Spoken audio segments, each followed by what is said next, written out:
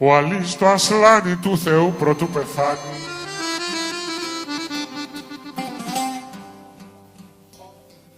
Κάλεσε τα παιδιά του στο τιβάνι.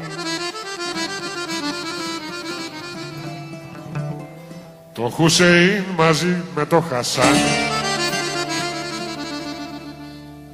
Κι είπε το τελευταίο του φυρμάνι.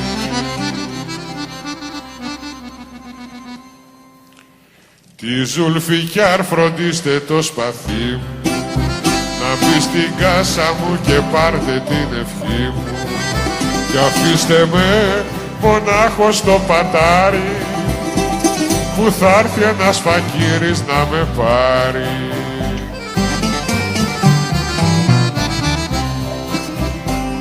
Τα αγόρια το φροντίσαν και κρυφτήκαν, να ειδούνε ποιος θα ερχότανε σκεφτήκαν. Μα ο ξένος είχε πρόσωπο κρυμμένο, με πέπλο μυστηρίου σκεπασμένο.